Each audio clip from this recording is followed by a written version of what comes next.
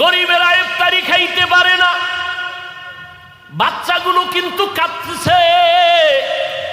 স্বামী আর স্ত্রী কোন রকম নিজেরে কন্ট্রোল করতে পারে, কিন্তু বাচ্চাগুলোতে কন্ট্রোল করতে পারে না। ইফতারির সময় কার ঘরে না মোবাইল আছে? সবার ঘরে অ্যান্ড্রয়েড মোবাইল। ইফতারির ছবি টবি বাচ্চাগুলো দেখা কয়, আম্মু আমার এইটা খাইতে মনে চায়, ওইটা খাইতে মনে চায়। মা কান্না করে বলে, বাবা অপেক্ষা করো, তোমার বাবায় কামাই করে যদি আনতে পারে তো দিতে পারো। বাবায় যখন রোজা রইয়া সারাটা দিন কষ্ট করে ঘরে আসছেন, বলে বাচ্চাগুলো এই জিনিস খাওয়ার জন্য কান্না করেছে, বাবাও কাঁদে, আল্লাহ এমন গরিব বানাইছো। সন্তান আমার চোখের পানি ধরে রাখতে পারি না রে মালিক। বড় লোকেরা কত খাইয়া ফালাইয়া দেয়, তারপর আমগো গরিবের দাওয়াত দেয় না। আমাদের বাচ্চাগুলোরে কিছুই দেয় না, একটা জামা কাপড় দিতে চায় না, যাও দেয় তাও থার্ড ক্লাসের কাপড়। ঈদ চলে যাইতেছে, একটা ভালো জামা দিতে পারি না, কাপড় দিতে পারি না। রমাজান তোমাকে শিক্ষা দেয়, ও বড় লোকেরা গরিবের হক আদায় করো।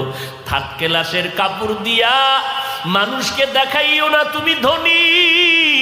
আমার মাওলার পক্ষ থেকে তুমি রহমত পাইবা না, বরকত পাইবা না। গোপনে গোপনে দিয়া দাও, দেখবা তোমার টাকা তুমি নিজে কেন, তুমি মইরা গেলে তোমার 10 বংশ খাইয়াও শেষ করতে পারবে না।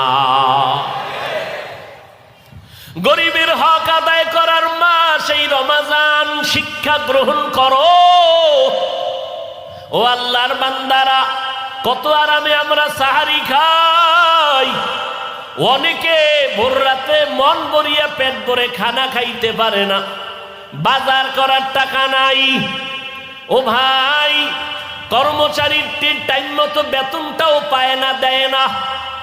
ও আল্লাহর বান্দারা, কি রমাজান তোমাকে শিক্ষা দিল, আল্লাহর ভয় তাকওয়া অন্তরে জমা করে নাও। ওই গরিবের খাওয়াইলে ও তোমার জন্য দোয়া করবে। ও ভাই, হাদিস কি শুনো নাই? নবী বলেছেন গরিবেরা ধনী লোকের 500 বছর আগে জান্নাতে যাবে। এজন্য নবী বলেন, আমি গরিবের বেশি ভালোবাসি। ও আল্লাহ, তুমি আমারে গরিবের সাথে জান্নাত দিও।